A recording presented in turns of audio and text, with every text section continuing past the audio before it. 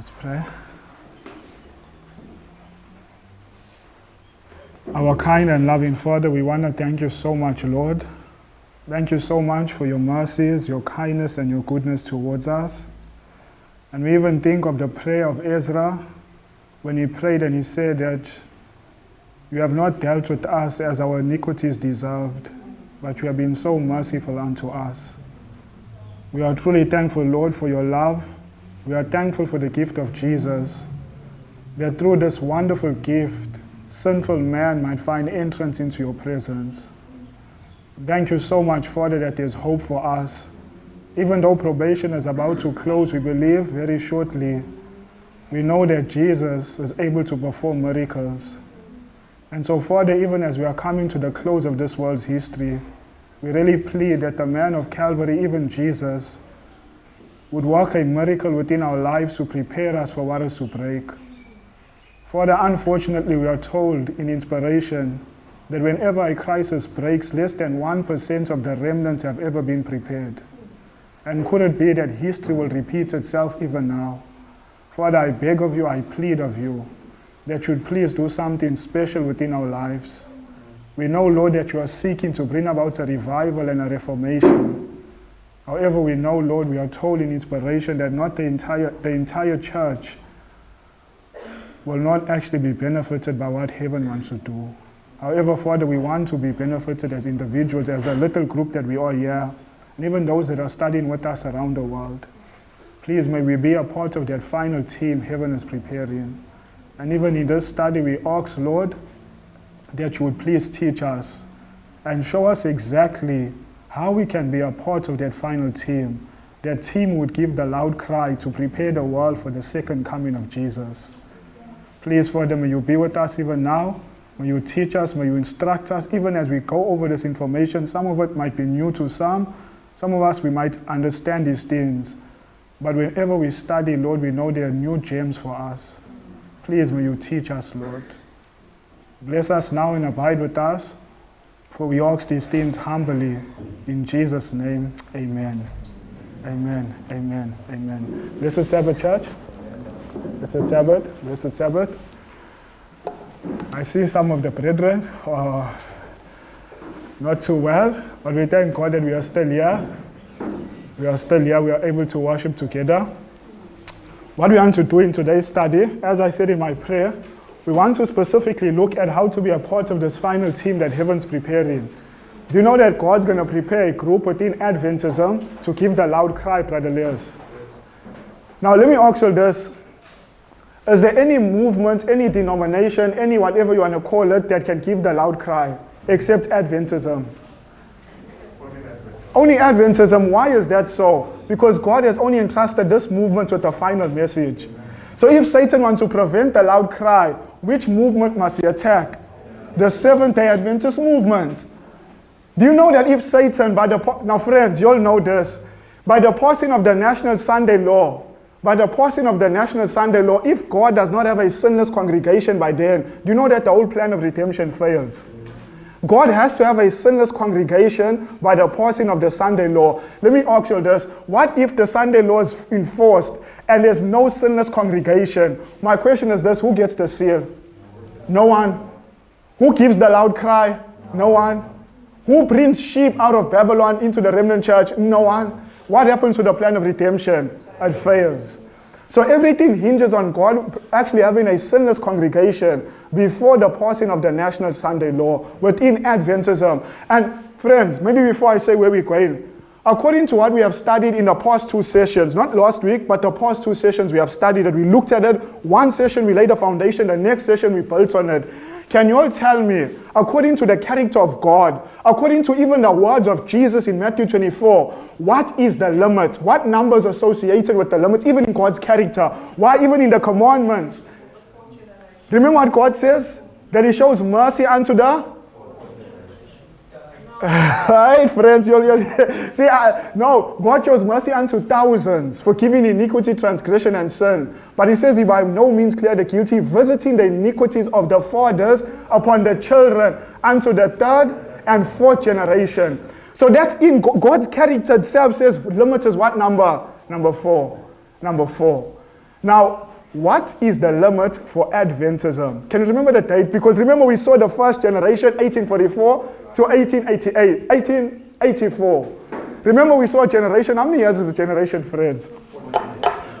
At what age does the new generation start actually coming on the scene? 20, right? 20 years. According to what we have studied, can you remember what is the limit for Adventism? When actually the fifth generation will be coming onto the scene and God cannot allow the fifth generation. Sorry? Okay, amen, Sister Sarah. So Sister Sarah is telling us from what we have studied, 2024 is the limit for the Seventh-day Adventist movement. Can you tell me what year is the GC session? It's supposed to be 2020, but they pushed it back. What year? 2022. Now, can I ask you a question? In 2022, did we see in 2022 that Hollywood, that the papal system, that everything tells us, 2022, that the powers of darkness wants a mark of the beast, National Sunday Law. Now, what's also taking place in 2022? The General Conference. What do you call it when actually the world, I would say a crisis within the world and a crisis in the church meet at the same place? What do you call that? No, okay, church and state. But the crisis of the world, they say in 2020 they want a Sunday law. And it's the same year in which we reach a crisis within the church. Let me ask you this. Do you know Elder Wilson just preached a sermon recently now? Elder Wilson, he preached a sermon, and do you know in his sermon, he said very clearly that the mark of the beast is Sunday. Now, I'm sure you might think that's nothing, but you know that for some time he did not ever mention that. Actually, when he was asked in a panel question, which day is the mark of the beast, he said any day. But now recently, now this is good. He actually went publicly, preached it at ASI and said that the mark of the beast is Sunday. And do you know why he done that? There are scholars within our church who are teaching that Sunday is not the mark of the beast. So he publicly stood up, he said the papacy is the Antichrist. Guess what? They did not air his thing on YouTube. You cannot find his sermon. Only thing you can find, somebody sitting with their phone recording him. They made sure that thing never reaches the internet. Do you understand? Now let me say this. Do you know that a president within Adventism has only lost 2 terms? Do you know that this is Ted Wilson's 2nd term? Do you know if they vote again, there's going to be a new president? And let me say this. When you expect a new president to be closer to the 3 angels than Ted Wilson, you're not going to expect that. He's going to be further. So when 2022 comes, it's a crisis within the church. It's going to meet a crisis within the world. You know what you call that? Bullseye. 2022. Now, if God's merciful, God can push this thing back. If he's merciful, he can push it back. But as I was saying when we were studying in the week, when you take an elastic and you pull an elastic back, you keep pulling it back. When you eventually release that elastic, it comes with more pressure than when it's just released. So as we are hoping God pushes this thing back, I say the crisis comes even worse. Now, we saw, this is Bible. We're not going back to the Bible now. And we saw 2022, 2024 plus minus what? NSL. Now, we also studied something about the 6,000th year. When does the 6,000th year end approximately? Huh? All right. Do you know what John Kerry, what's his name? The envoy for climate change? John Kerry. What year is he and many other scientists, so to speak, are telling us that the world, if there's no change by this date, we're going to go beyond any return. The world collapses. Sorry? You're close. It's 2030. They say from this point, there's no return for planet Earth. And what year is the 6,000th year ending plus minus 2031? Are you seeing how the scientists of the world are agreeing with what the Bible teaches? So we said, 2030, 2031, plus minus, what event? Second coming. Now, when we got plus minus, it can mean,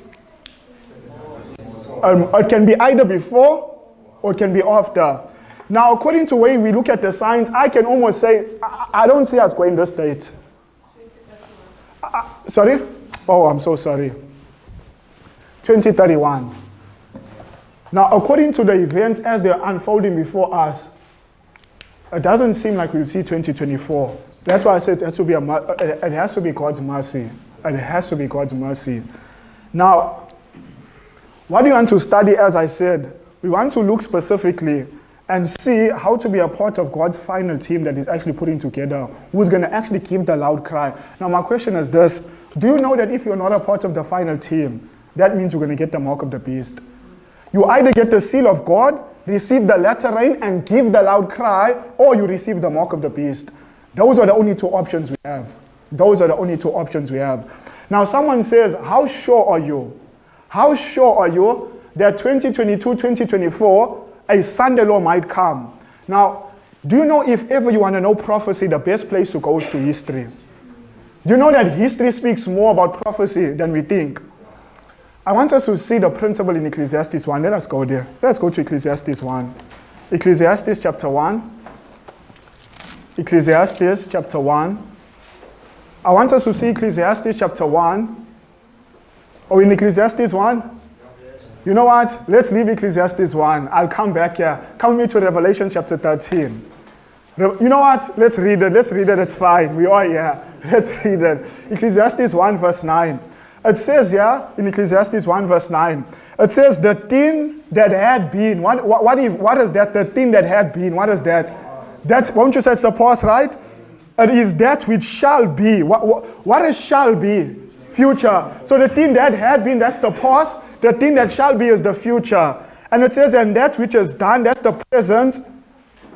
And that which is done is that which shall be done. There's no new thing under the sun. So the Bible is saying that in order to know what is to come, all I need to do is go and look where? In the past. In the past. Now, friends, I want to ask a question. If we are nearing a national Sunday law, now you all know that the national Sunday law closes probation for the Seventh-day Adventist Church first. When that crisis, when the mark is enforced, can I get ready now for the crisis? Too late. You all know it's too late, right? Now, this is my question to you. What year was there a Sunday law agitation? What year was a Sunday law, the mark of the beast, being agitated? In other words, it would have been enforced, but God in His mercy stopped the Sunday law. It was actually being enforced. Actually, in certain places in the United States, it was enforced. And God raised up two men to actually oppose the Sunday law. Do you know what year was that? 1888. So I'm going to write here in the 1800s, right? In the 1800s, we actually came close to a passing of a national Sunday law. So then if we are nearing a national Sunday law, 2022, 2024, that means I must see events similar that took place in the 1800s. I don't know if you're following what I'm saying. Let me show you this, maybe before I show you that. Let me show you this in the Bible. I want you to see, before I go to the screen, I want us to see in the Bible that the papacy is going to deceive the world through two things. Through two things, the Bible teaches that the papacy or the Antichrist is going to deceive the world. I want us to see these two things. Come with me to Revelation 13. Revelation chapter 13. Revelations, the 13th chapter. Revelations, the 13th chapter. I want us to see Revelation 13, verse 14. Revelation chapter 13, verse 14. It says here, now I'm going to ask you the question. Let's read the verse. It says in verse 14, and He deceived them that dwell on the earth by means of those miracles which He had power to do in the sight of the beast. So is He deceiving here? Now I want you to see what is the result of His deception. In other words, as He deceives them, what does He want through this deception? I want you to see, it says, saying to them that dwell on the earth, that they should make an image to the beast, which had a wound by the sword and did live. So what is the purpose of this deception? That what must be formed? The image of the beast. So it says very clearly that an image must be formed. Now question, what is the image of the beast? Oh, you're right, it's Sunday, but give me... So it's church and state coming together to do what? To enforce a Sunday law. So very clearly, according to this, that the Antichrist, the papacy, we're going to see church plus state uniting to equal what? The Sunday law, NSL. So this is one of the means in which what the papacy wants to deceive the world to actually get a Sunday law. But before number 2, there's number 1. Come with me to Revelation 18. Revelation chapter 18. Now tell me, what does the papacy use to deceive the world in Revelation 18, verse 23? Are we there? It says in Revelation 18, verse 23. By the way, do you know that the Pope just came out publicly in the week? And the man says, man, everyone must take this poison. You know what poison I'm talking about? The vaccine. He has come out publicly and he says that everyone needs to take the vaccine. Now I want you to see, very, very interesting. Friends, do you understand? After 9/11, they actually had a meeting at the Pentagon. After 9/11, boom, 9/11, boom meeting. And in the meeting, they actually spoke. Now, we'll get the video and we'll show you all. In the meeting, they actually spoke and they said, we need to do something concerning terrorists. Because they said it was the terrorists who blew up the building. We know it was not the terrorists, it was an inside job. Nonetheless, in this video, this is just after 9/11, they were saying they're actually designing some sort of vaccine to actually counteract. There's something in the brain that actually when somebody is religious, this thing actually forms in the brain. To actually counteract this thing forming in your brain. Can you believe that? You might think I'm crazy. I will show you the video. And guess who was involved? Fauci, Bill Gates' father, and the Rockefellers. Now you know who controls the medication or the pharmaceutical world? The Rockefellers is a part of it. But above even the Rockefellers, let's see what the Bible teaches. Revelation chapter 18. I want us to see verse 23. Revelation 18 verse 23, it says, and the light, speaking about Babylon, the Antichrist system, it says, and the light of a candle shall shine no more at all in thee. And the voice of the bridegroom and of the bride shall be heard no more at all in thee. For thy merchants were the great men of the earth, and for by thy sorceries were all nations deceived. What were the nations deceived by? Sorcery. Does anybody know that word sorcery in the Greek? It's pharmakia. So through the Bible, originally when John wrote it, he wrote the word pharmakia. That's where we get the English word pharmacy. So through the pharmaceutical company, Babylon is to deceive the world in preparation for the National Sunday Law.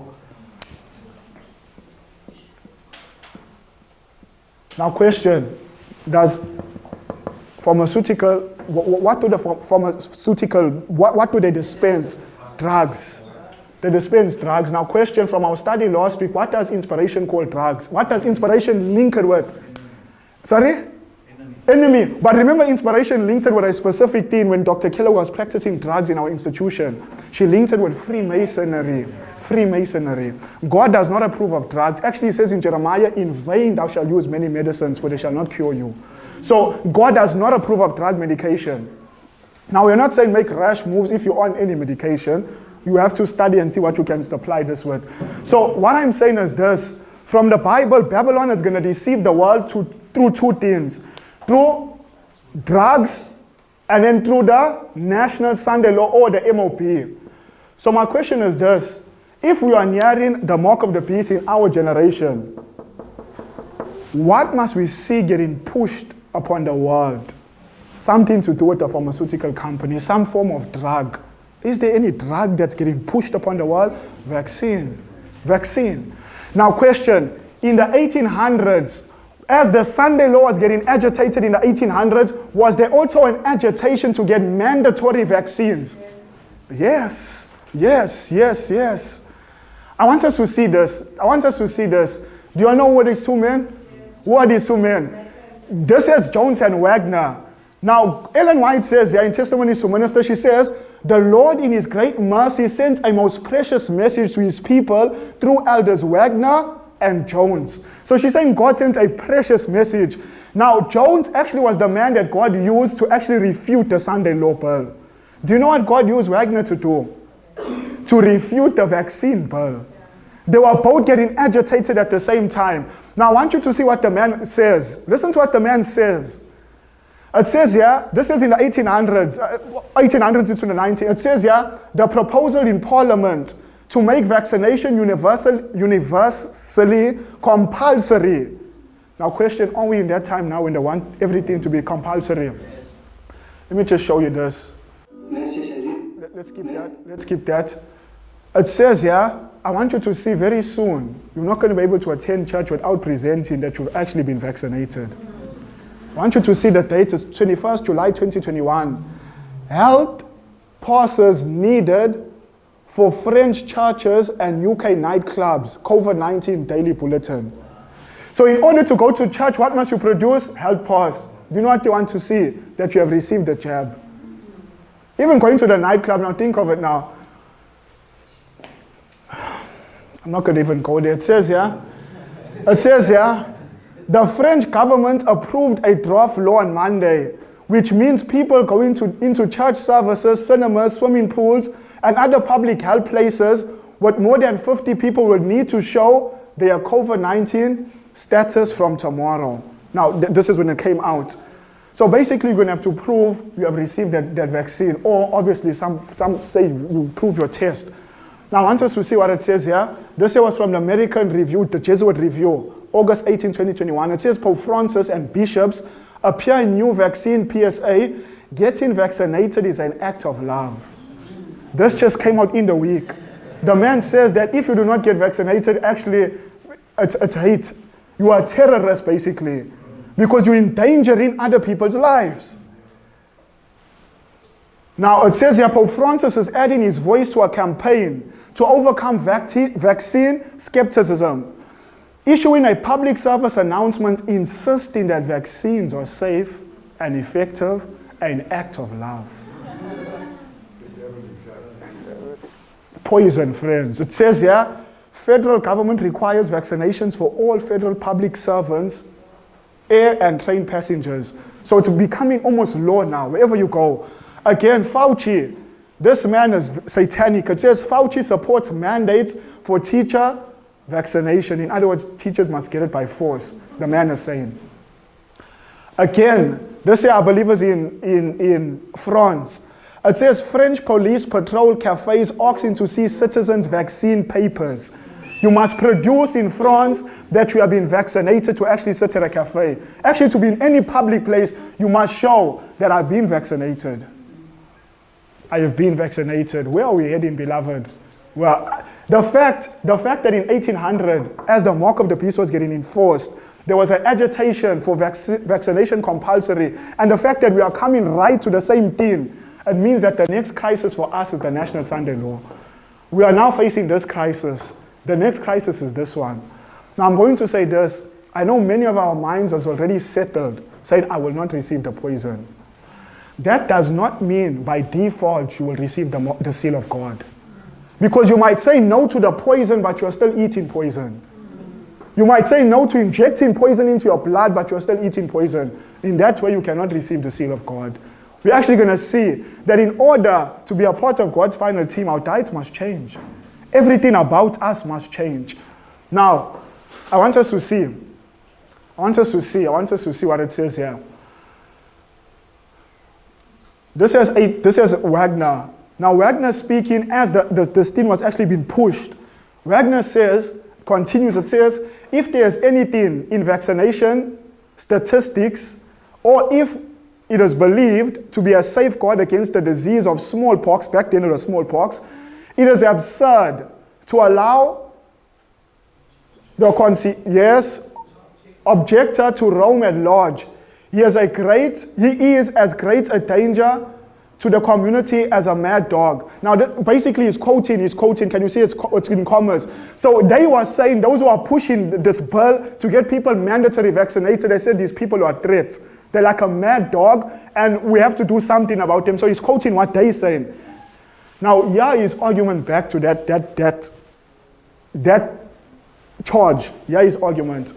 It says, without expressing any opinion as to the value of vaccination, it seems evidence that such language as this breeds the very spirit of the Roman Catholic Inquisition.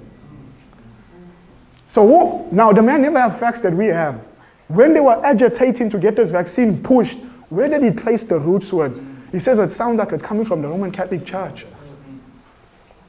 It continues, it says, if it is considered absurd to allow, you can see that, right? Objector to the opinions of the majority on this subject to roam at large, the next step would be to cage, to what? To cage a conscientious dissenter from the established church. In other words, there'll be penalties, basically. He's saying that's going to be the next step. If they're saying what they're saying, they're actually going to penalize you. Then he says, and a question arises here. Now you watch what the man says. A question arises here. If vaccinations be indeed a safeguard against smallpox, how can a objector be dangerous as a mad dog? What harm could he do in a community of vaccinated persons? Are you hearing this argument? He opposed it. He showed the folly of their argument. He says, if your vaccine is so good, then what damage would I do when I reject it if you'll all get it? He made their argument like nothing there to repel that forced vaccination. Are you ready to go stand in court? When they say, Brother Les, why are you not taking the poison? You must be able to give us a solid answer. Give the same answer. Memorize it. Now watch what the man says. By the way, let me say this. I have received many emails. Remember, is this new to you all? We've covered this before, right? Now people have watched the videos. I've received many emails telling me that they cannot find this on the internet. It has been removed. They got paragraph. This is paragraph what? 15.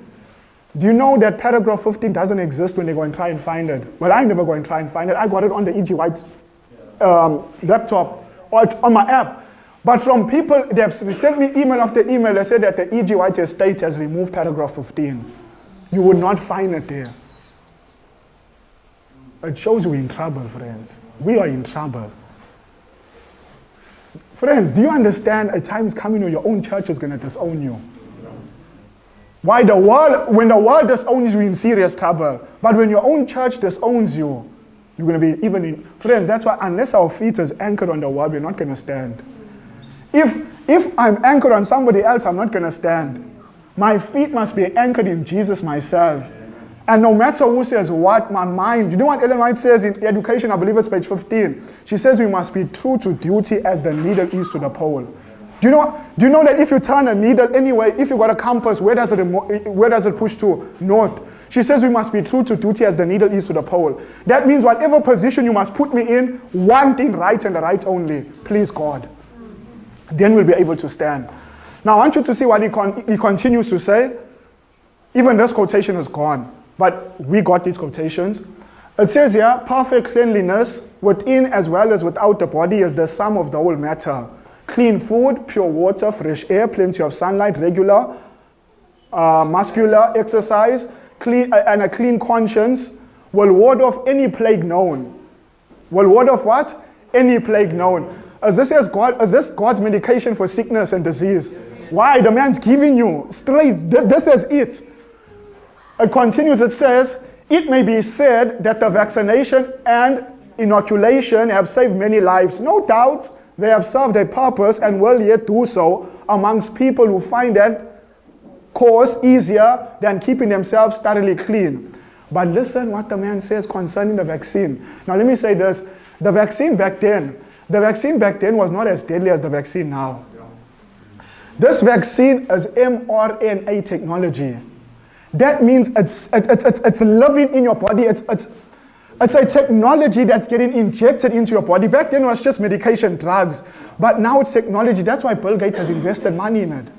Because technology is a part of it. Yes, my brother, quickly. Very quickly, there's actually an app that's out now that you can download on your phone. And once you got this app on your phone, yeah. going in accordance with what you are saying, the app will tell you who around you does not have the vaccine. So if the app can do that, you can, in other words, what I'm saying is that the app can actually pick up a magnetic passport. Yes. What the people that are Yes. vaccinated of. Yes. If you can pick up that material that's in your body, what does it say that material has? Yes, thank you for that. Now, listen to what the man says concerning this poison. He's going to tell us it's poison. But to fill one's body with death.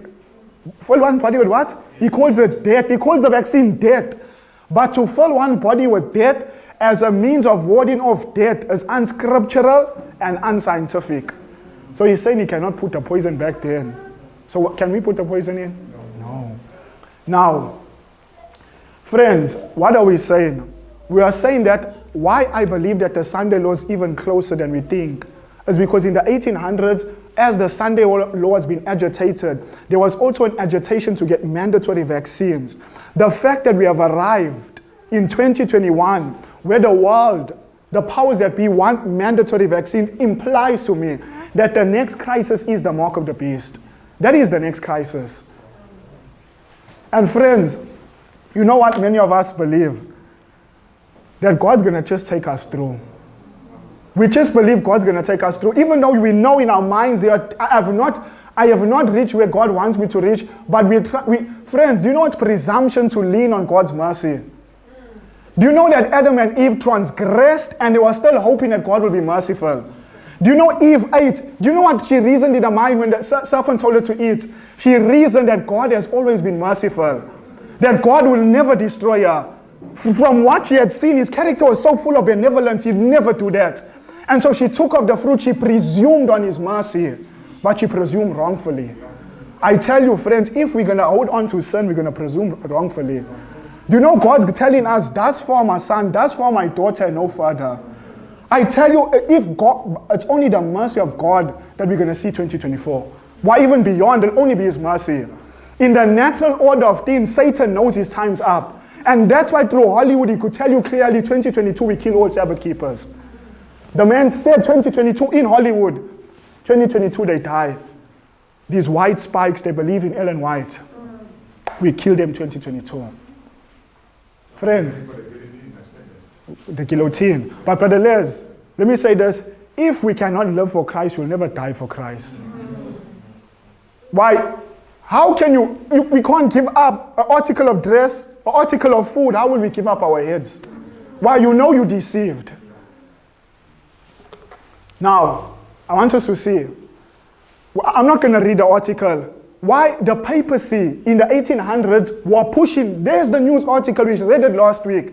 They were pushing for vaccination in the 1800s. 1700s into the 1800s. It says papal vaccine campaigns offered punishments, rewards for 200 years ago. So 200 years ago, that's the 1800s. There was actually punishments, there were rewards if one would receive the vaccine. Question, do you know that it's rewards now? You can get the vaccine, you get a reward. Are you hearing that? You get a vaccine, 10% off what you buy.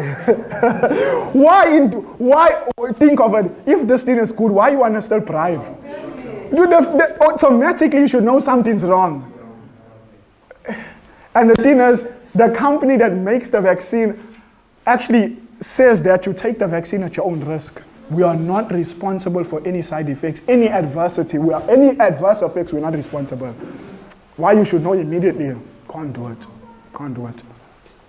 Now it says here, when popes were king, they ordered all their subjects in the papal states to be vaccinated, using punishments and rewards to convince the hesitants and making sure the poor and the prisoners were inoculated as well. Friend, I wish I could show you the video. Why the man just made the video in the week while I'm subscribed to the Vatican channel. Why the video popped up, immediately I watched it. The man urged, I'm not going to play the video, you can go home and watch the video. The man urged in the video that everyone must take the vaccine. He said the vaccine is safe. And why he says if you don't take it, it's not an act of love. Why it's hatred against the community. Why you even a terrorist? Because you're endangering other people's life. And you think they're going to deal with terrorists lightly? No. Now, can you see the red words? When was it that they were doing this? When they were making people take the vaccine? 1700s and beginning of the 1800s. Why, there's the Pope that was doing it. Pope Pius VII threw the full weight of his temporal power behind a vaccination campaign. Is Pope Francis throwing his full weight behind a vaccination campaign? Have we reached the second siege? Why I tell you that in 2021, As I'm standing on the walls of Zion, I can see the armies are surrounding us. I tell you, we only have a few more years left before we make the exit. Exodus and exit. You say, what do you mean? We need to exit. First, we need to exodus from sin. And then we need to get out of the city into the country. We don't have much time. We don't have much time. Now, I'll read this one quotation, then we pause and we pray. Question. Can I ask you a question, beloved? Can I ask you this? The mark of the beast, MOB, is it a counterfeit? What would you call this? Is Satan counterfeiting something? Yes. What is he counterfeiting? The seal, this is the Sabbath, right? So what I'm going to say, this is a counterfeit of God's, what we see as a counterfeit. Can someone tell me how God's original plan, what is God's plan? What is God's day of worship? The Sabbath. And what is God's means of healing? Natural remedies. Now, what does inspiration call this in one word? When you use natural remedies, she uses one word for this. What is that? Medical missionary. So my question is this. Is the Sabbath linked to the medical missionary? What do you think? Yes. Now, friends, it has to be linked. Do you know why? Do you know where this here comes from? Where does the Sabbath come from? Where does it come from? I'm asking. What? It comes from God, but I'm saying, where would you find the Sabbath? What is it a part of? The Ten Commandments. It's a part of God's moral law. So this is a part of God's moral law. And this is God's what? Natural law. So is there a link between God's moral law and natural law? Read the book Counsels on Diet and Food. You'll see inspiration keeps repeating. That a violation of God's natural law is a violation of God's moral law. These things are intertwined. Why you cannot break the one without breaking the other? They're closely linked. So what I'm saying is, before Satan can tempt us for the final test, which is the Sabbath issue, he's going to first bring a test to test the world on God's natural law. God's natural law. Now watch this quotation.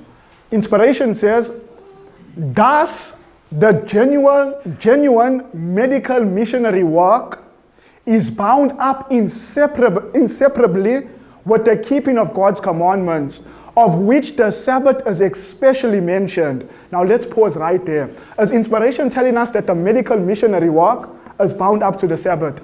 Yes. So if Satan's going to attack, which one does he attack first? Think. Which one will he attack first? The medical missionary work. What will he introduce? A counterfeit medical missionary work. Is drugs a counterfeit medical missionary work? Yes, it's a counterfeit. It's a counterfeit.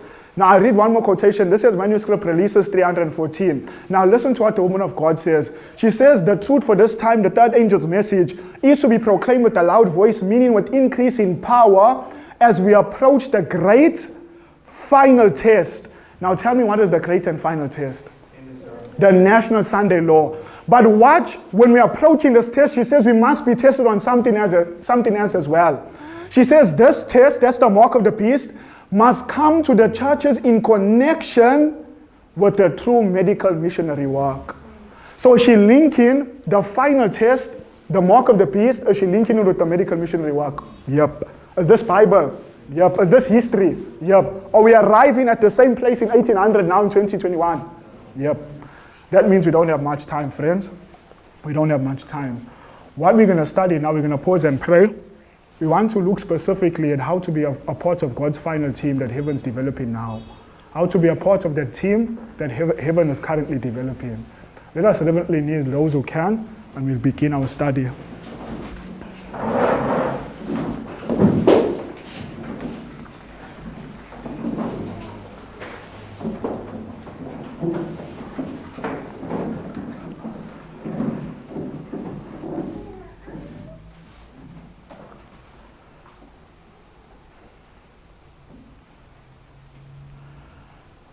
Loving Father, we humbly come before you, Lord, with much humility of heart.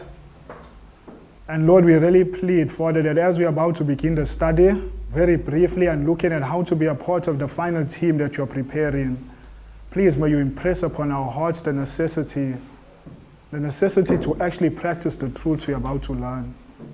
Lord, we know that truth can never sanctify us if we are keeping it in the outer court. It must be brought into the heart. Please, Lord, I beg of you that you please convict our hearts. Please arouse us, Lord. Sometimes we might hear these things that the world's ending, and yet we believe that you're going to be merciful and just keep delaying the crisis. Help us to realize, Lord, the longer the crisis is delayed, the greater the crisis when it comes. Please, Lord, awaken us to our danger. Every one of us is in danger. None of us are prepared for what is to come. Every one of us are still hanging on to some sin which needs to be let loose. Please, Father, help us overcome and show us very clearly now from your word how easy to be a part of this team.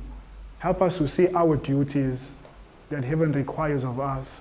We know that in the process of salvation, man has a part and God has a part. Help us to see our part, Lord, so that you can do your part and this work can be finished and that we can go home. Please bless us now, Lord, and abide with us. Please teach us and instruct us, and please make deep impressions upon our hearts. For we ask these things humbly in Jesus' name. Amen. Amen. Amen. Amen. Amen. Amen.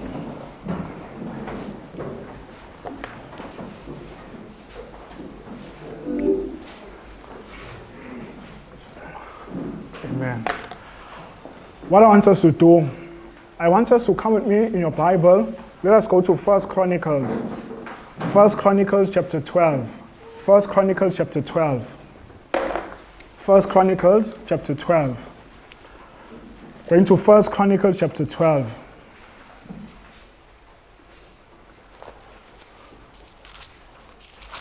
First Chronicles 12, we're going to read verse 32. First Chronicles chapter 12, verse 32. Before I read verse 32, I want us to look at this quotation. Before I read verse 32, I want you to see what inspiration says that should be our study. As a people of God, what should we study? What should we understand?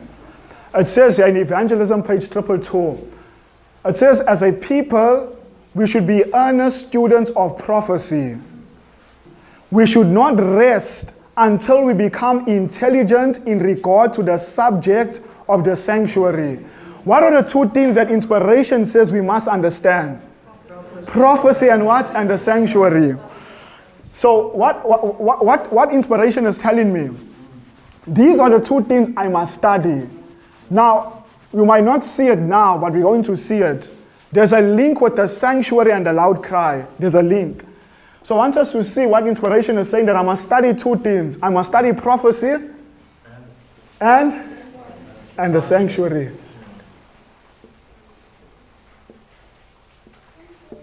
Now what I'm going to suggest to you, that what prophecy does, prophecy reveals to you the times in which you are living in. And what the sanctuary does, it shows you how to get ready, or what does God require of you in that time in which you are living. Now, let me ask you something. Does time regulate what you do? I'm asking, does time regulate what you do? Question, 12 o'clock last night. Were you eating anything? No. I hope you are not eating. You shouldn't have been eating. Why it's 12? Why if you wake up and it's 12, why you don't go and start eating? You realize it's still early, and what do? You go back to sleep.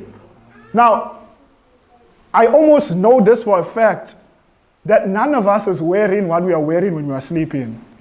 Why? Because when you saw it was time to go to church, what did you do? You changed your clothes. Time regulates everything we do.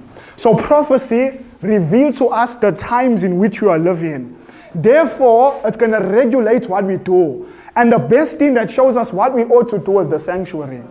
I want us to see this. 1 Chronicles 12, verse 32. 1 Chronicles 12, verse 32.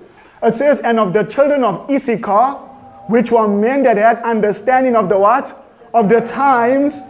So what do they understand? The times. And then it says to know what Israel ought to do. So in order to know what to do, what must I first understand?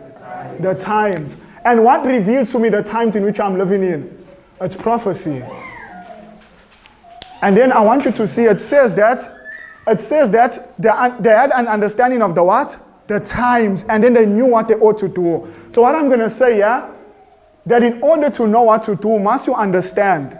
Can anyone do it? Must you have understanding before you do something? Yes. Can any man go and build if he doesn't understand how to build? No. You first need a what? Understanding. Let's write that down. You need a what? Understanding. Question, can I be saved without an understanding? No, you need this understanding.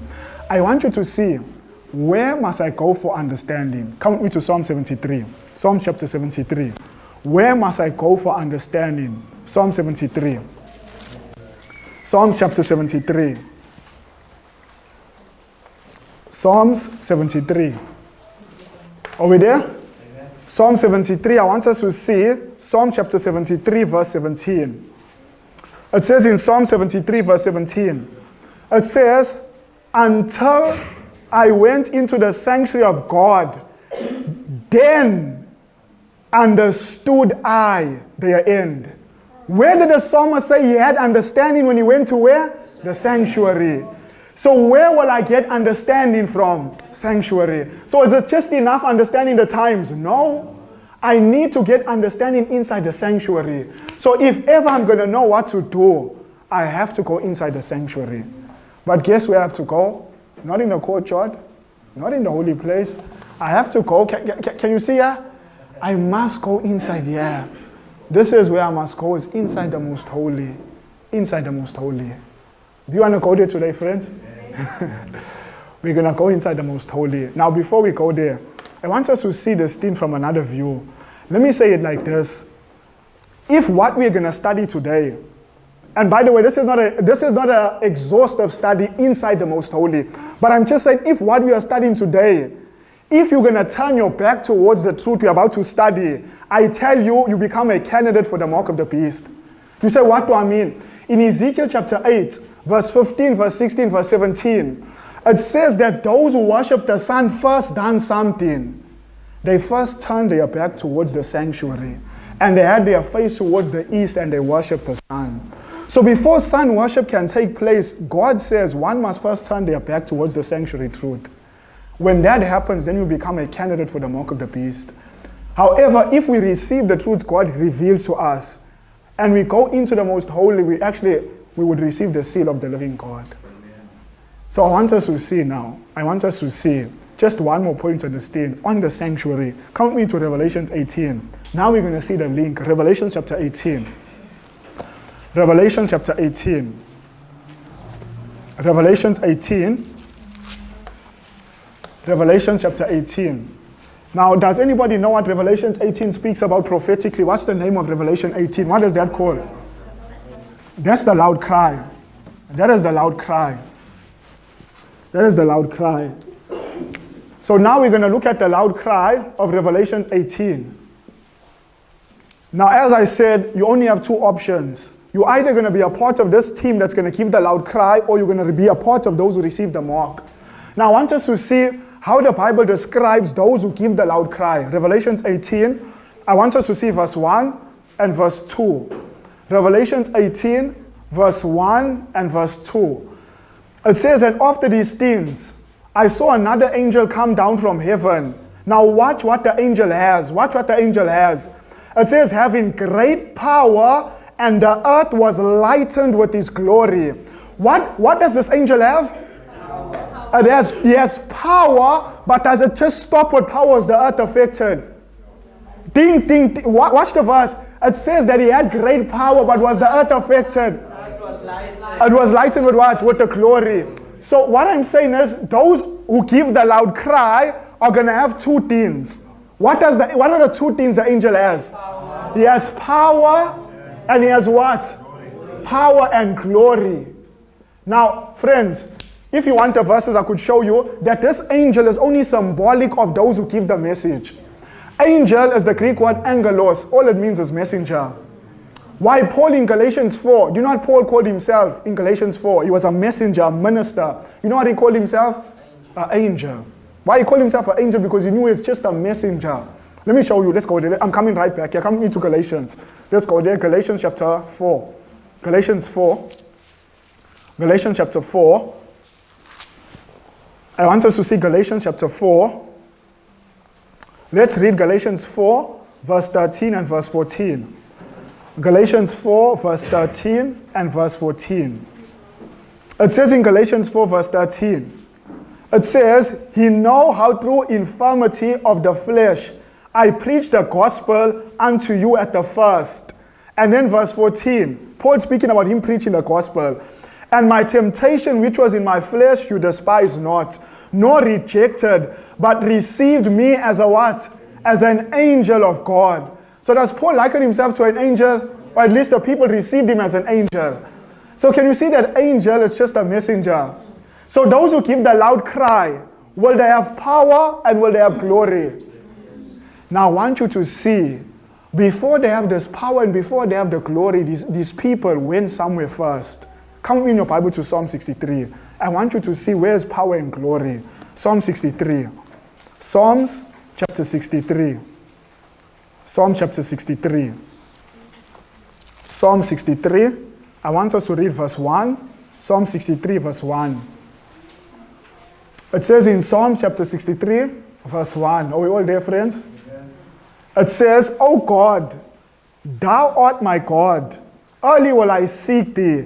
My soul thirsted for thee. My flesh longed for thee. In a dry and thirsty land where is no water. Now watch verse 2. To see thy power and thy glory, so I have seen thee where? In the sanctuary.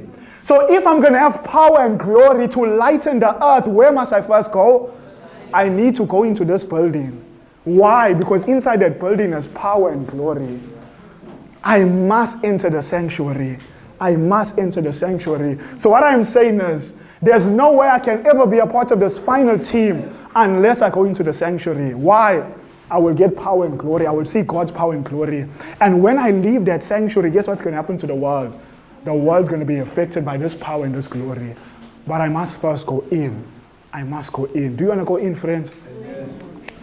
Now, so we see the sanctuary now becomes very important. To be a part of the final team and to understand what to do, you must go into the sanctuary. Now, what we're going to do, we're going to take a tour into the most holy place. We're going to go inside the most holy place. That's where we are going now. We are going inside the most holy place. Now, do you know on the Day of Atonement that the priest had to change his garments? Do you know when a priest went into the most holy place, his garments were changed? Do you know that even today, the Jews, on the Day of Atonement, when the priest goes, literally they keep the day. But what day are we in anti-typically? What day are we in? We're in the Day of Atonement. From what year are we in the Day of Atonement? 1844. But the Jews literally keep a Day of Atonement on the 10th day, 7th month. Now I want you to see, let me show you from the Bible, that whenever the high priest went into the sanctuary, his garments had to be changed. Let's see this. Come with me to Exodus chapter 28. Exodus 28.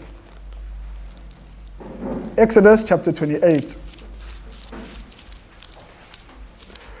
Exodus chapter 28.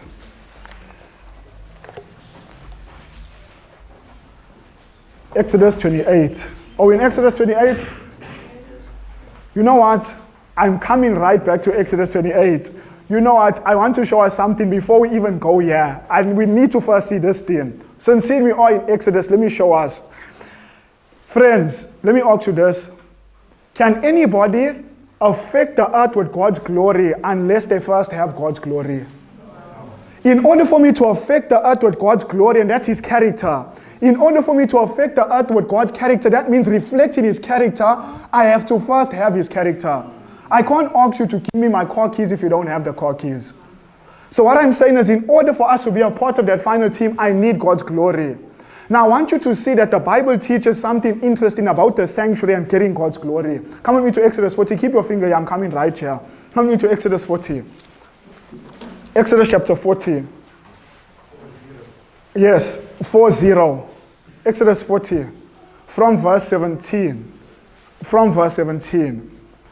Now, do you know, I'm sure we all know about New Year's Day, right? First day of the first month, right? New Year's Day. Do you know, biblically speaking, New Year's Day was linked to the rearing up of the sanctuary. What I mean is, on the first day of the first month, the sanctuary was fully built. New Year's Day. I'm sure it's serious Bible. New Year's, let's see this. Exodus 40, verse 17. It says it came to pass in the first month, in the second year, on the first day of the month, that the tabernacle was reared up. So is New Year's Day linked to the establishment of the sanctuary? Yes. Okay, it says here, the first month and the first day.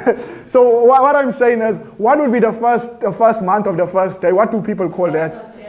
Okay, no, you're right, 1st of January, but this is not the 1st of January. But what do people generally call that? New Year's Day. This is not January, however. This is March, April. What we are reading here is March, April. The Jewish calendar, their first month is our end in March, beginning April. That's their first month, but nonetheless, New Year's Day. Now, I want you to see something interesting. If you want the glory, let's learn the lesson from the sanctuary. I want you to see verse 19. Are we there, friends? Same chapter. It says, speaking about how the tabernacle was reared, verse 19. It says, speaking about Moses rearing up the tabernacle with those who helped him. Verse 19. It says, and he spread abroad the tent over the tabernacle, and put the covering of the tent upon it, as the Lord commanded Moses.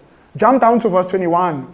And he brought the ark into the tabernacle and set up the veil of the covering and covered the ark of the testimony as the Lord commanded Moses. Verse 23. And he set the bread in order upon before the Lord as the Lord commanded Moses. Verse 25. And he lighted the lamps before the Lord as the Lord commanded Moses. Verse 27. And he burnt the sweet incense thereon as the Lord commanded Moses. Verse 29.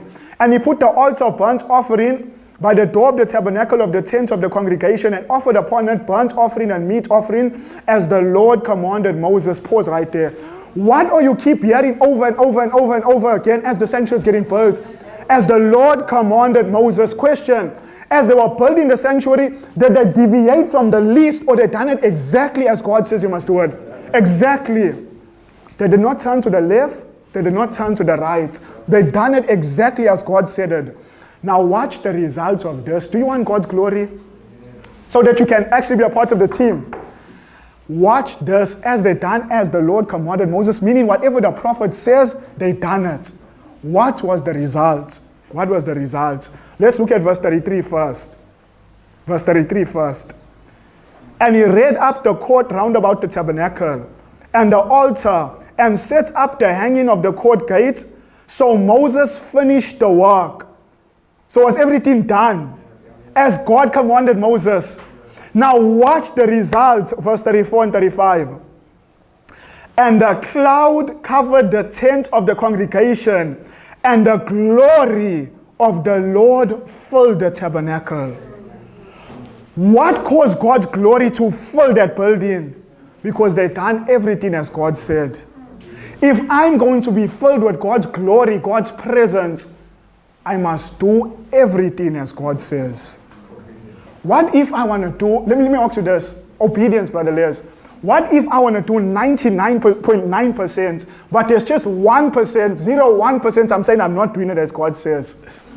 Brother Les is going like this. That means you will not get God's glory. And if you do not get God's glory, you cannot receive the what? The seal, because you're not going to be a part of the final team. So what we're about to study, if there's anything you're going to say, I can't do it, all you are saying is, I don't want God's glory.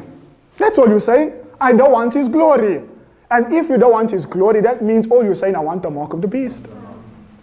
And we got plus, or rubbed it out, plus minus. 2022, 2024, plus minus. Now, friends, I don't know about you, but I believe that. I believe it.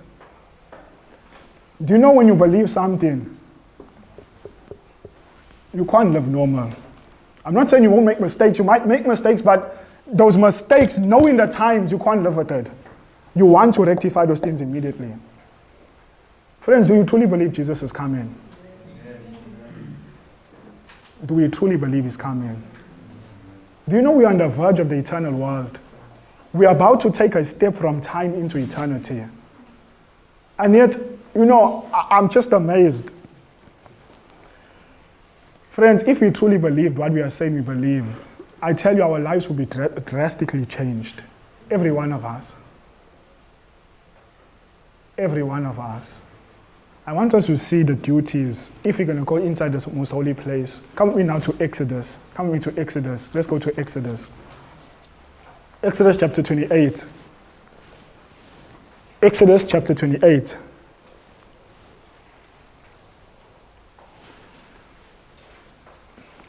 What I'm going to say is, beloved, that we're actually in a game. Do you know if you type in inspiration, game of life, you're going to find many hits.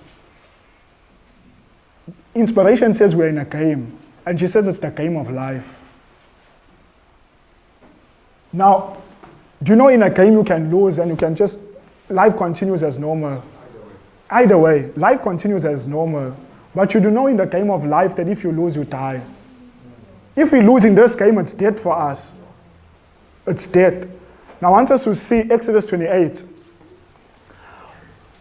If we're going to go into the most holy place, I want you to see something very interesting. To receive God's glory, God is going to actually tell us there's a way in which the priest had to dress.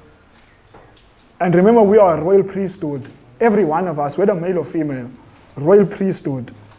It says in Exodus 28 verse 2, it says, and thou shalt make not any garments, holy garments for Aaron thy brother, for glory and for beauty.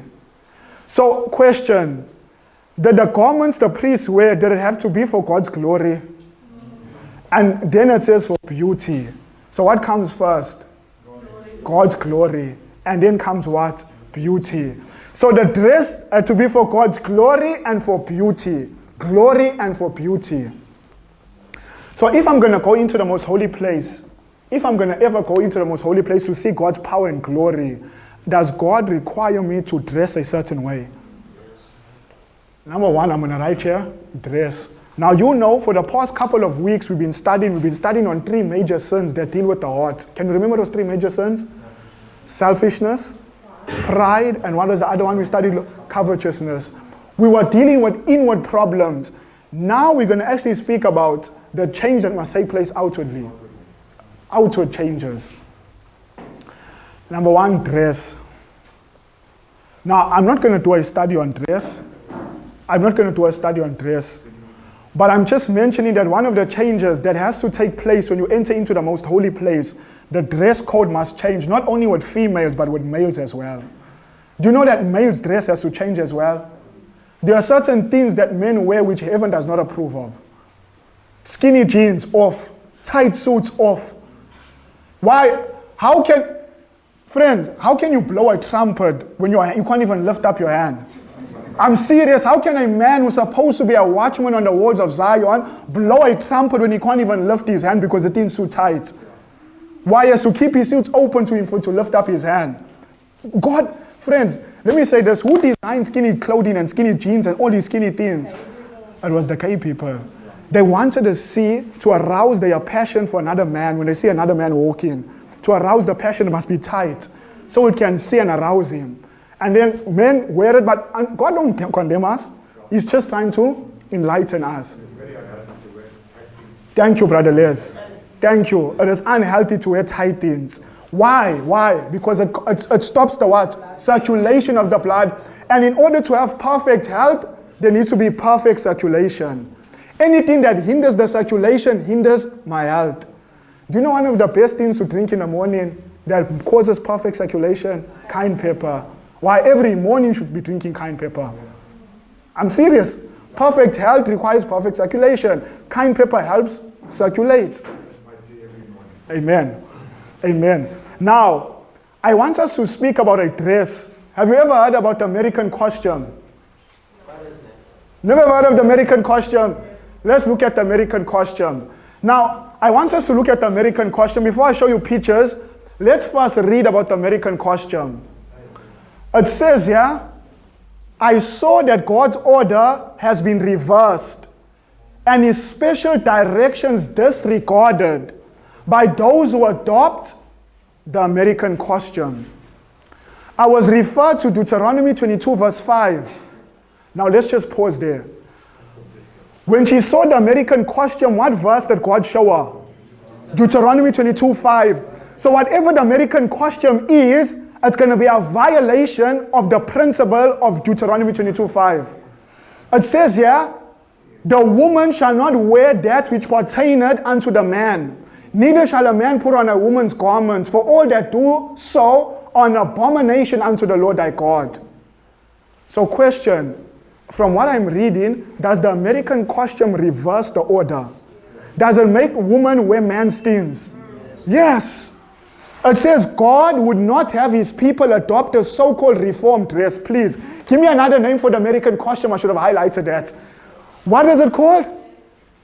Friends, there's a chair. I never highlighted it. It's so-called what dress? She's going to give us a quotation just now, and she's not going to say American costume, she's going to say reformed dress. And then she's going to say that if you feel like wearing the reformed dress, she says, sever yourself from the third angel's message. She says, leave the Seventh Adventist church. Can you believe that? Now, obviously, God's not saying you must leave, but he's saying if you want to hold on to these things, he says you might as well sever yourself.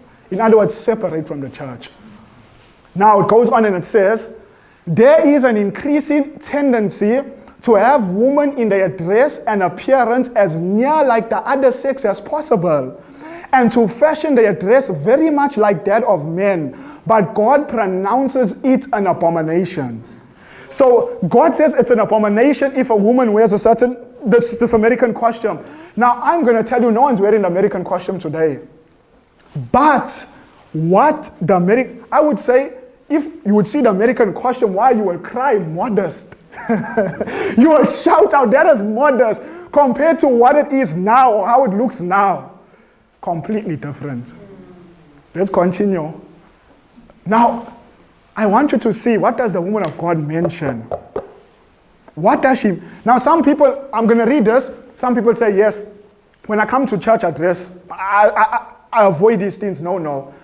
Inspiration says God's order has been reversed. Whether you're at home, wherever, God's order is reversed. So let me ask you this. Can I sin at home, but when I come to church I can't sin?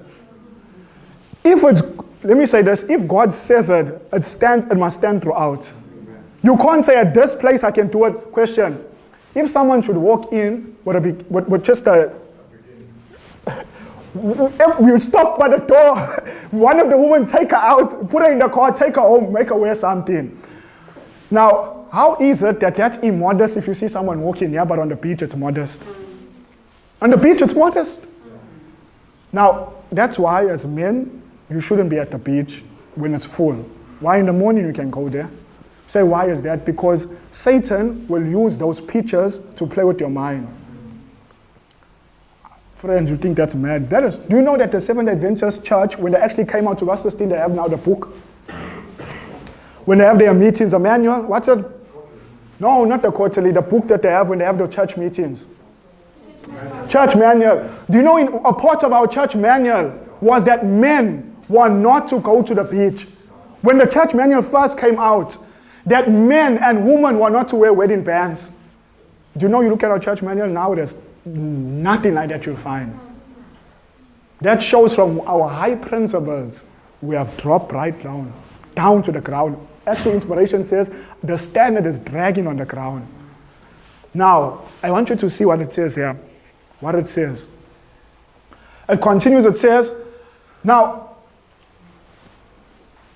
inspiration is going to tell us what the American costume, what was it? What was it? Let's see, what was it? It says, the so-called American costume resembling very nearly the dress worn by men. Okay. Tell us, Prophet, what is it? It consists of a vest, and then look what inspiration says next. Pants. And a dress resembling a coat and reaching about halfway from the hip to the knee. This dress I have opposed from what has been shown me. Now you say, where's the problem here? Where's the problem in this? There's the problem here. Do you know inspiration is opposing the pants? There's the American costume. There's the American costume from the 1850s to the 1860s. I don't know if you can see. Can you see the pants here? This is what inspired. Now, let me say this. Do you know in the world today, they tell you this is good, this is okay. I'm just saying, if someone says I'm covering up, they say this is a good way to cover up. But you know, inspiration says this is reversing God's order. Simply because of the pants. There's it. Now I want you to see this here. This is how it started off, right? But watch how it progresses. Watch how it progresses. There it starts. Can you see how it's moving? Can you see what's happening here? Can you see eventually what it is now? It's fully like a man now. It starts off almost like woman-like, but just because of the pants, it eventually comes to basically what would you call that, like a suit, a woman's suit. God says that's an abomination. It's reversing the order. So what is heaven opposed? What is heaven opposing? Woman wearing what? Pants. Heaven opposes that. Now, God is not condemning us if we don't know these things. He's not saying, God never sends truth to condemn. He sends truth to do what? Educate us. Educate us. Then watch what inspiration says. Those who feel called out to join the movement in favor of women's rights and the so-called dress reform. What is the dress reform? There's it there. Might as well sever all connection with the third angel's message. So inspiration saying, if one doesn't want to embrace this, inspiration says they might as well sever themselves from the third angel's message. Now I want us to see. Do you know, this is all Bible. We could show it in the Bible. Jeremiah 3 speaks of these things. I just want us to see as well, just for men. The men, so we can also see this. Come with me in your Bible to Psalms 147. Psalms, sorry. Come with me to Psalms. Yes, 147. Psalms 147. I want us to see Psalms 147. Before we read the verse, let's just look at this quotation. Psalms 147, before we read the verse. Inspiration says here, perfect health depends upon what? Perfect circulation. So if I want perfect health, I need perfect circulation. I need perfect circulation. Now my question is this. This is a short t-shirt. This is a short pants. Does this help with circulation? No. Let's see what inspiration says. It says special attention should be given to the extremities. The extremities. Special attention should be given to the extremities.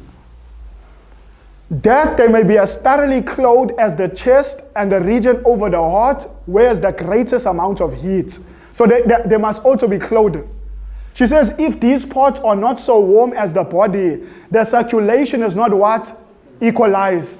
So I tell you, if you are not covered hands and feet, do you know, feel someone who's not always covered, feel their hands. Most of the times their hands is cold. Look at their nails. You would see even the nails will testify, the tip of the nails. Blood is not circulating properly. It is not circulating properly. It says, when the extremities which are remote from the vital organs are not properly clad, the blood is driven to the head, causing headache, nosebleed, or there is a sense of fullness about the chest, producing a cough or palpitation of the heart on account of too much blood in that locality, or the stomach has too much blood causing indigestion.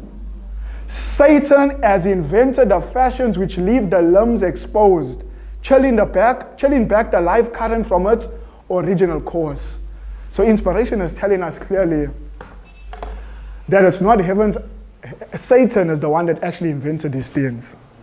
Because it hinders circulation. Now question, if my circulation is hindered, what does that mean concerning me? She lists a whole lot of sicknesses or problems, headache, palpitation, nose bleeding, indigestion, just for simply the blood not circulating properly. Simply because of that. Now I want us to see Psalms 147 verse 10. What does God say about man's legs? Psalms 147 verse 10. must they also be covered, Brother Les. He delighted not in the strength of the horse. He taketh no pleasure in the legs of a man. God says he takes no pleasure in seeing the legs. It must be covered. It must be covered. It must be covered. Are we following? Dress has to change. If we're going to go into the most holy place, the dress must change. That's a part of getting God's glory. If one says, I'm not going to reform on this point, I'll reform 80% on this point, I'm not going the whole way, automatically you cut yourself off from God's glory. God cannot fill you with his glory. You cut yourself off from God's glory. And let me say this for us now, we understand, we don't all, but inspiration teaches as well. When someone says, okay, I'm going to make the change, I'm going to stop wearing, I'm going to wear as God says. Do you know that inspiration teaches us actually the length of the dress?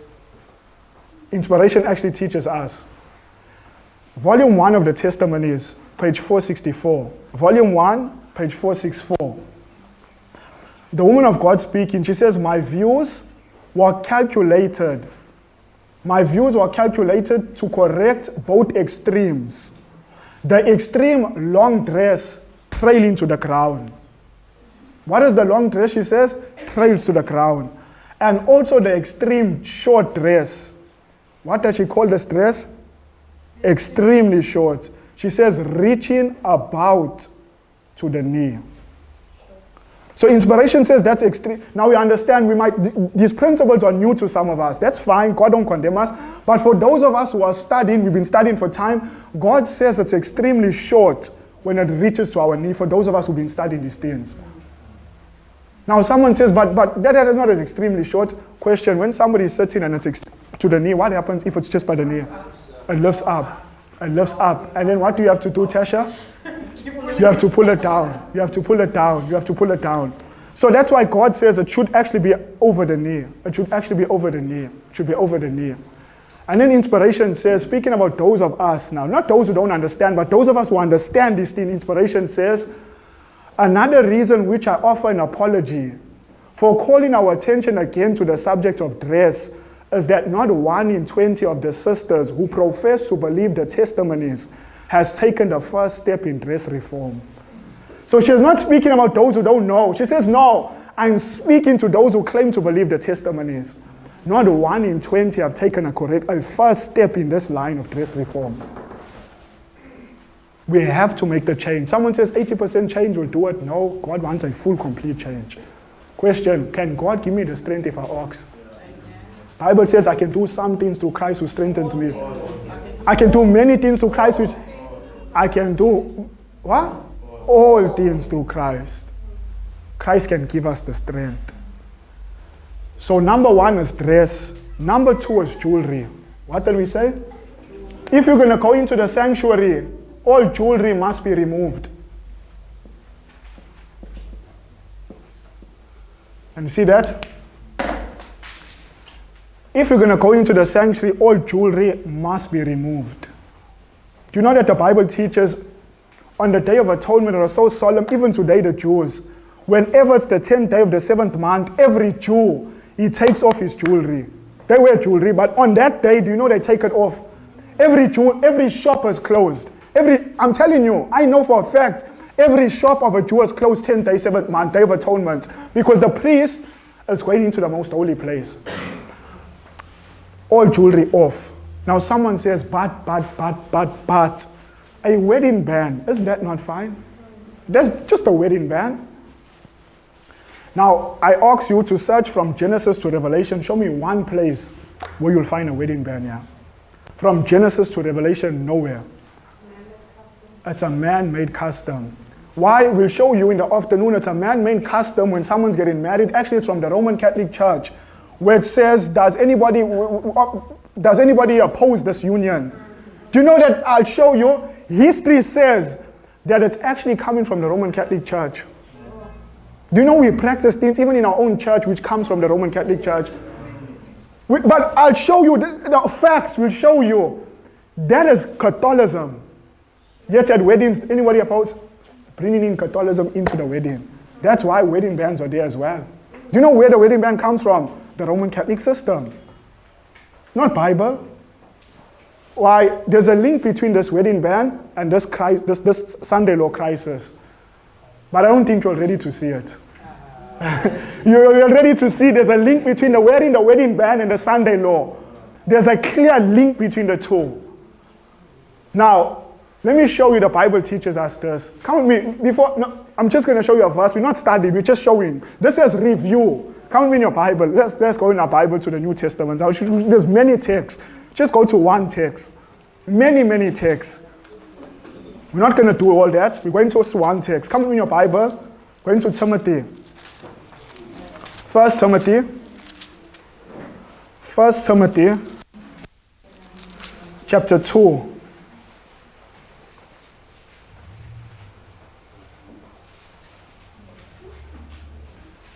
Are we there? 1 Timothy chapter 2. I want us to read from verse 9. 1 Timothy chapter 2, verse 9.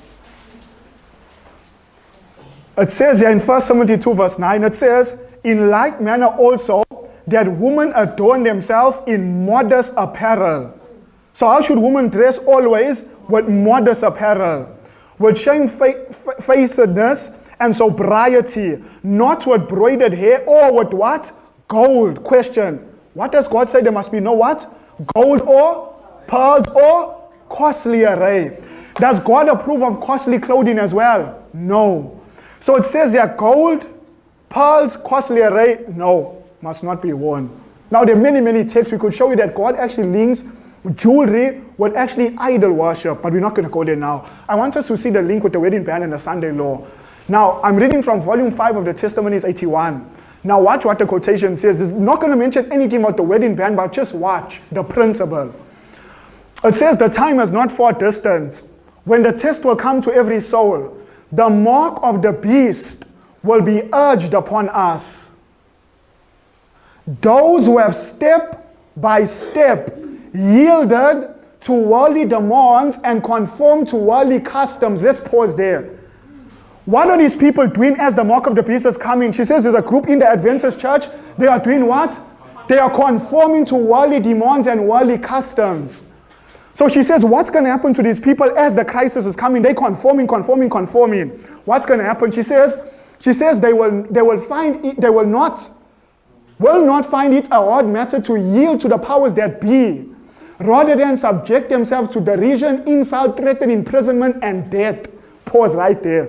She says because they have conformed to worldly custom and worldly demands, when the crisis comes, she says they will not yield themselves. She's saying they will be afraid to be insulted, they'll be afraid to be threatened, or even go to prison and die. They will actually give up their faith. Why? They were conforming to what? Worldly demands, and were conforming to worldly customs. So those who conform to worldly custom, worldly demands, worldly fashion, will they stand when the test comes, or will they yield? They're going to yield. Now watch this. Can you see this thing here? What is this here? Watch it. Who's going to yield? Who's going to yield? Those who conform to what? Worldly what? Customs. It says, I feel deeply over this leavening process which seems to be going on amongst us. Why is the prophet saddened? She says, in the conformity to custom and fashion. Now, what is being conformed to custom and fashion? Not 1 penny should be spent for a circlet of gold to testify that we are married. Not what? One? Someone says, but it's cheap, I'm just paying a penny. Inspiration says you don't even pay that penny. Brother, not even a penny. What does she say if you are wearing the wedding band? She says you are conforming to what? Custom. Custom, and who is the people that yield when the crisis comes? Those who have conformed to custom, worldly customs. It is a worldly custom to wear a wedding ring. That is not inspiration. Not inspiration whatsoever. So jewelry, going to the most holy place, jewelry must come off. Jewelry do you know that jewelry can encourage pride as well? And that's the thing God wants to get rid of. Because someone says, wait. You're saying we must remove all jewelry, all gold. But how come in heaven I got a golden crown? Why in heaven, if you get there, that means there was no pride in your heart. And there's going to be no pride, so you can wear that golden crown. Why, if you must be wearing it now, swelling in your heart will be pride. So God says, in love for you, no jewelry. Because I love you. I don't want you to wear jewelry because it's going to encourage pride. And you're going to be out of my kingdom. So if I go into the most holy, dress, change. 2, jewelry must change. Another thing if I'm going into the most holy place. Another thing if I go to the most holy place.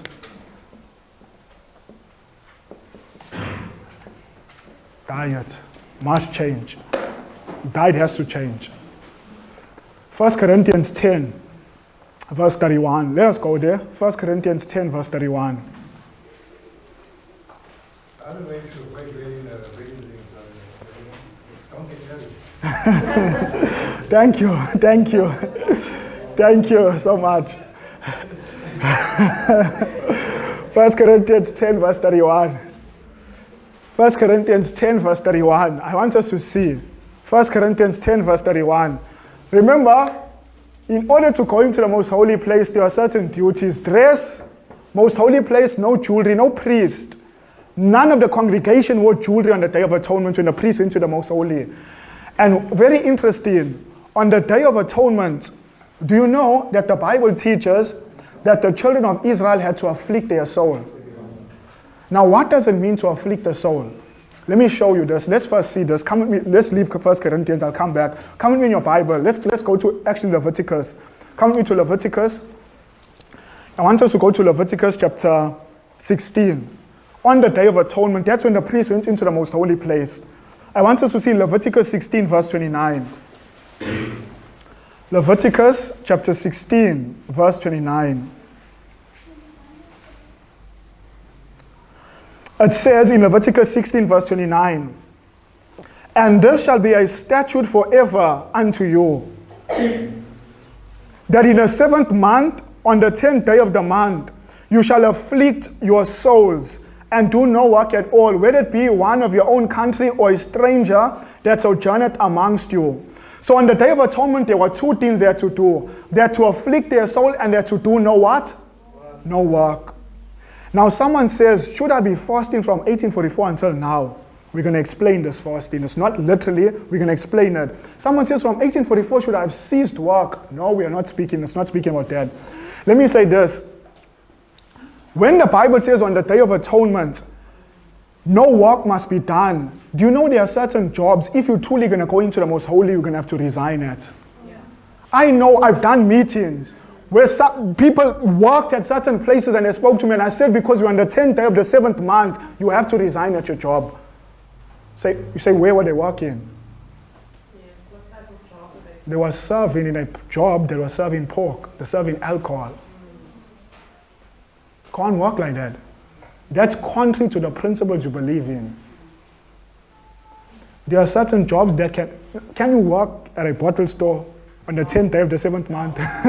Why you lose in your mind? There are certain things you cannot do on the 10th day of the 7th month. Cannot do. And there are certain jobs one would have to resign. Let me say this. Even if the job does not sell alcohol, does not give pork, does not dish out pork, if that job requires you to violate God's Sabbath, 10th day of the 7th month, you have to resign. Or you have to allow them to fire you. If you yield, means you are not going into the most holy place. 10th day, 7th month requires obedience with God's moral law. Now, what's this issue with afflicting the soul? What does it mean to afflict the soul? Count me to Ezra. Let's go to Ezra. Ezra chapter 8. Ezra chapter 8. Ezra chapter 8.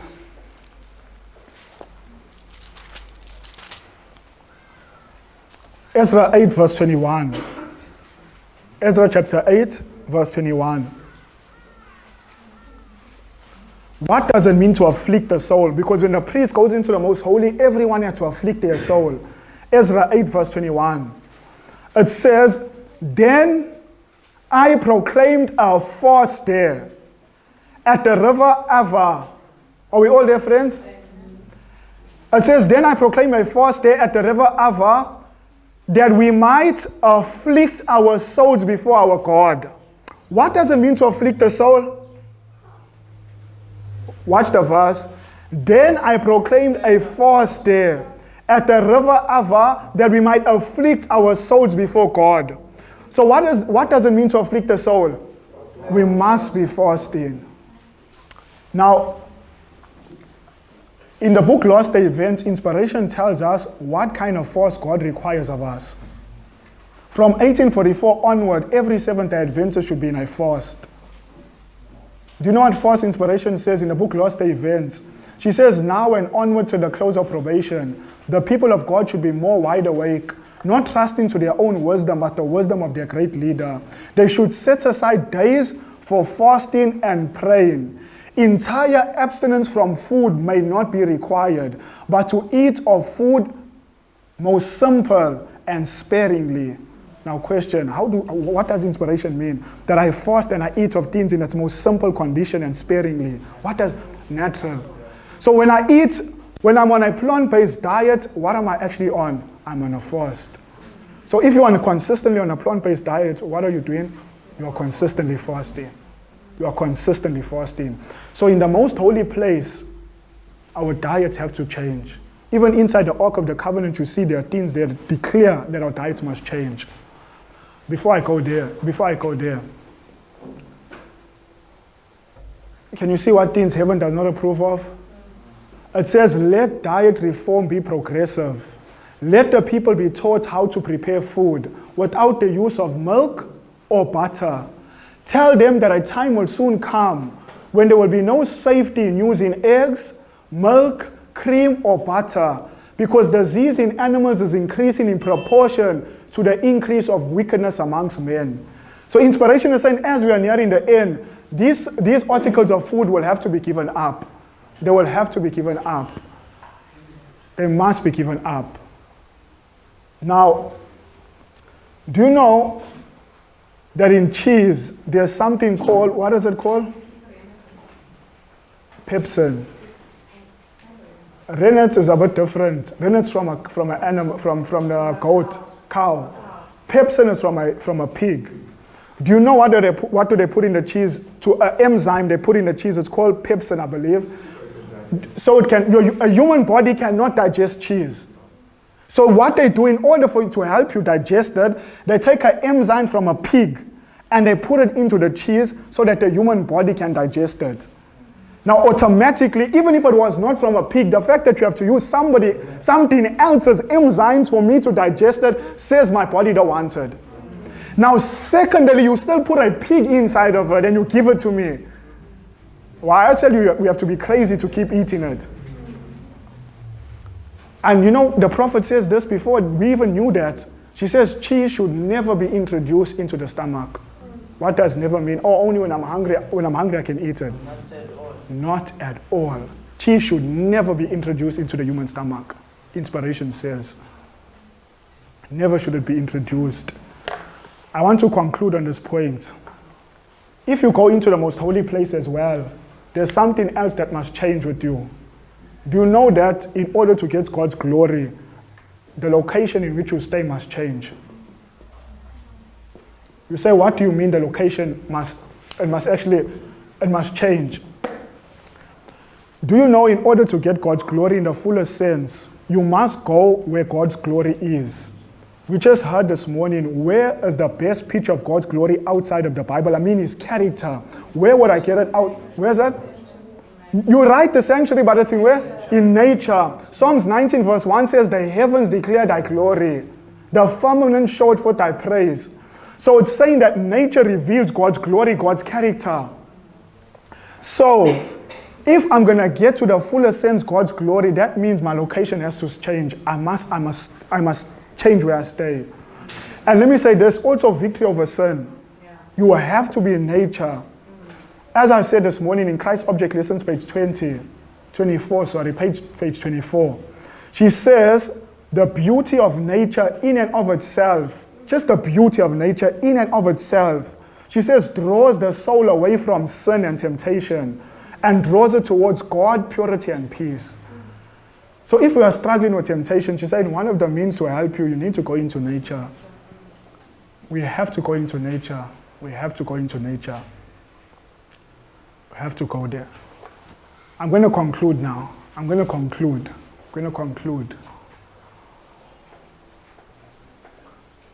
conclude. This came out August 10, 2021.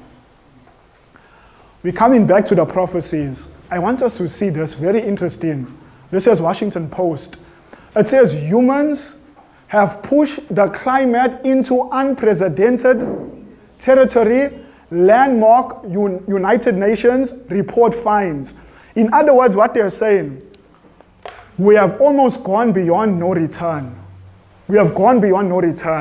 Now, according to Matthew 24, the thing that brings the Sunday law is actually climate change.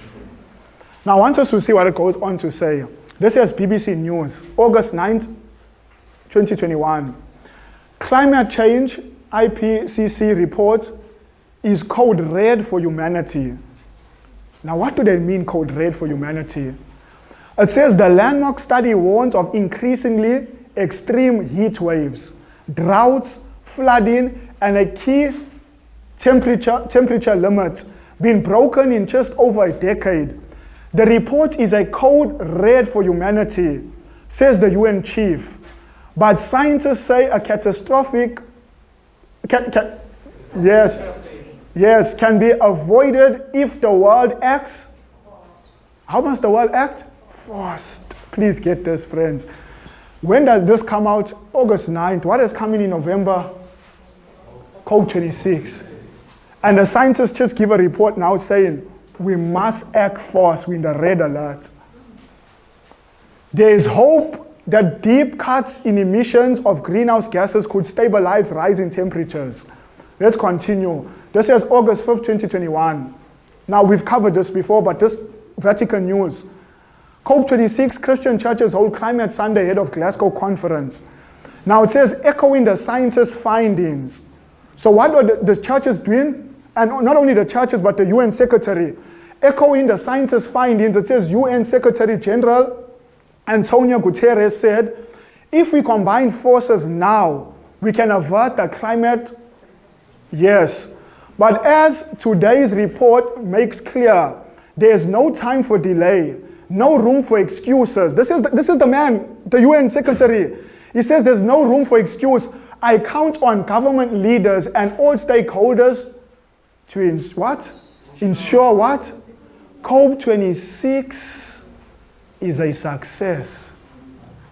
So what are they looking for? What is their goal to say we're going to have to see changes? COP26. Now, COP26 is a month away. Couple of months. 1 month away now? August. Couple of months. 3 more months away. And the UN General is saying there has to be changes COP26. Everyone must be on board. It continues, as that's happening, the Christian churches see the need of Sunday to cut emissions. Christians across the United Kingdom and Ireland are making Climate Sunday a part of preparations held in a run-up to the COP26 climate conference in Glasgow. Friends, I don't know if you can see the pieces of the puzzle. The pieces are crystal clear. Crystal clear. That we have reached the end. Never in Earth's history have we ever seen pieces coming together like this. That the churches are saying Sunday. The world leaders are saying we must do something COP26. Not much time left. Not much time. Churches called to take action ahead of major UN climate conference. This is July 27, 2021, Christian Today. Churches are being encouraged to commit to effective action ahead of the United Nations COP26 summit taking place at Glasgow in November. They are also being asked to hold a Climate Sunday to put pressure on the government. Pause. What must they hold to put pressure on the government? A Climate Sunday. Will a time come when the churches are going to ask the government to enforce Sunday upon the masses? Friends, this is where we are. This is where we are. This is where we are. It says, I've read this last week, but we go back to it now. COVID-19, global warming, and diminishing Catholic guilt.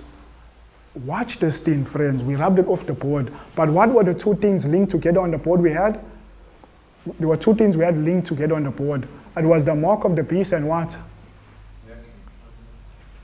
It was specifically, remember it says that medical, pharmacia, pharmacy, so pharmaceutical, drug, medication, vaccines. It says here, I want you to see this, August 6, 2021. We read this, let's reread it again. COVID-19 and global warming.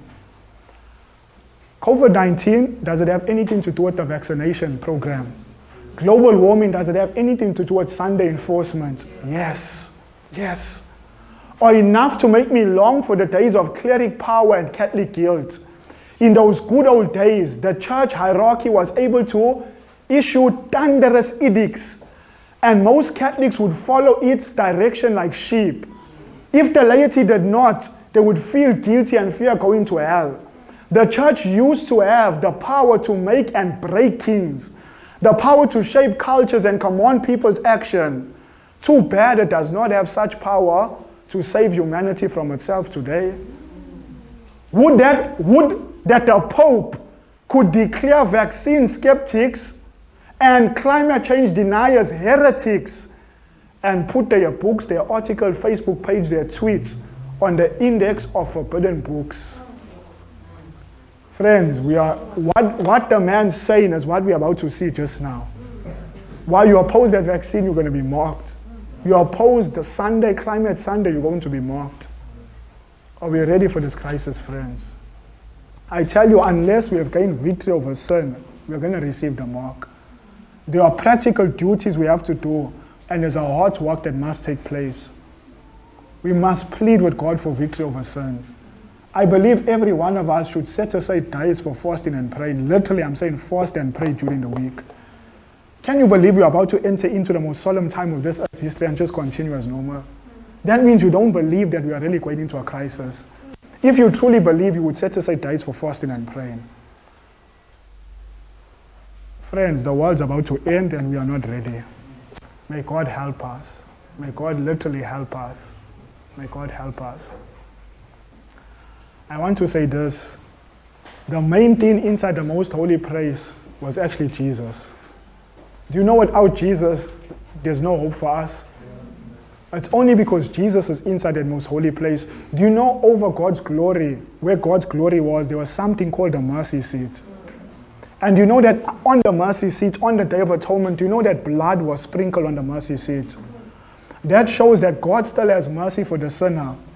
Even now, on this 10th day, 7th month, God has mercy for us. And it's only as we behold the matchless love of Jesus does sin become distasteful.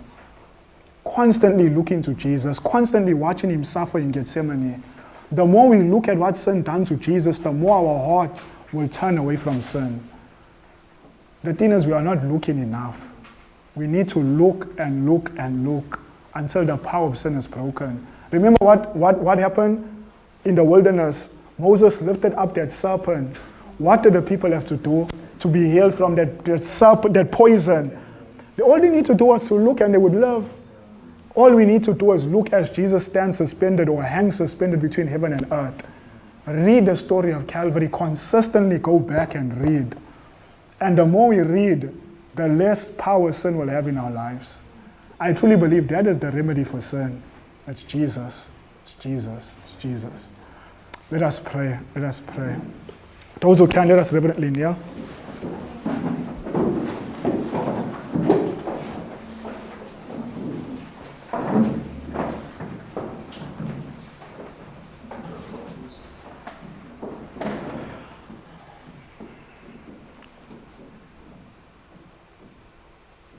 Loving Father, we come before you, Lord.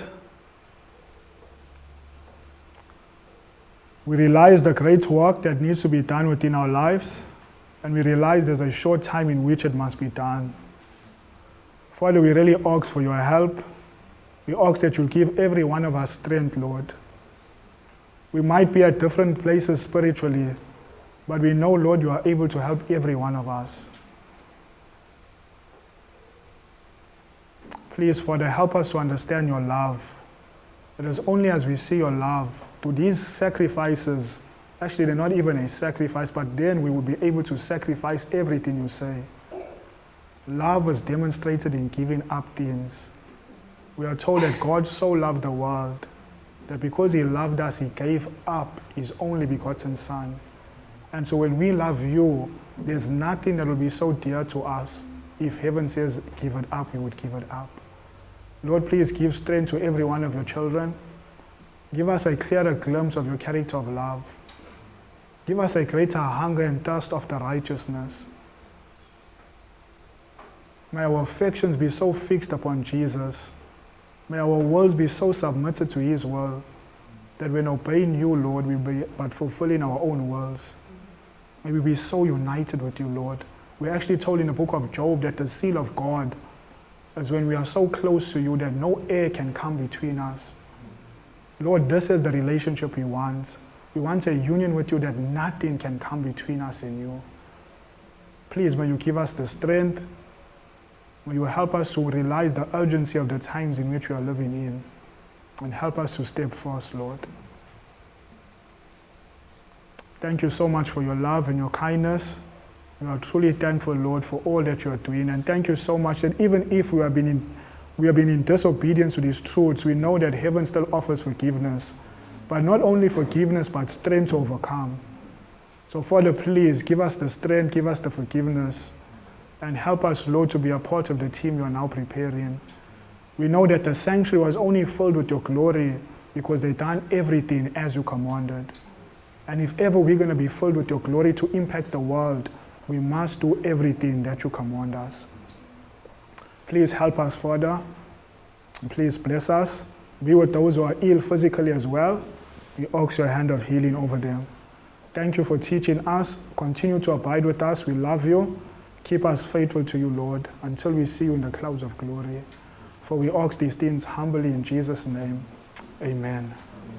Amen. Someday the silver cord will break, and I no more as now shall sing. But oh, the joy when I shall wake within the palace of the King, and I shall see him face to face.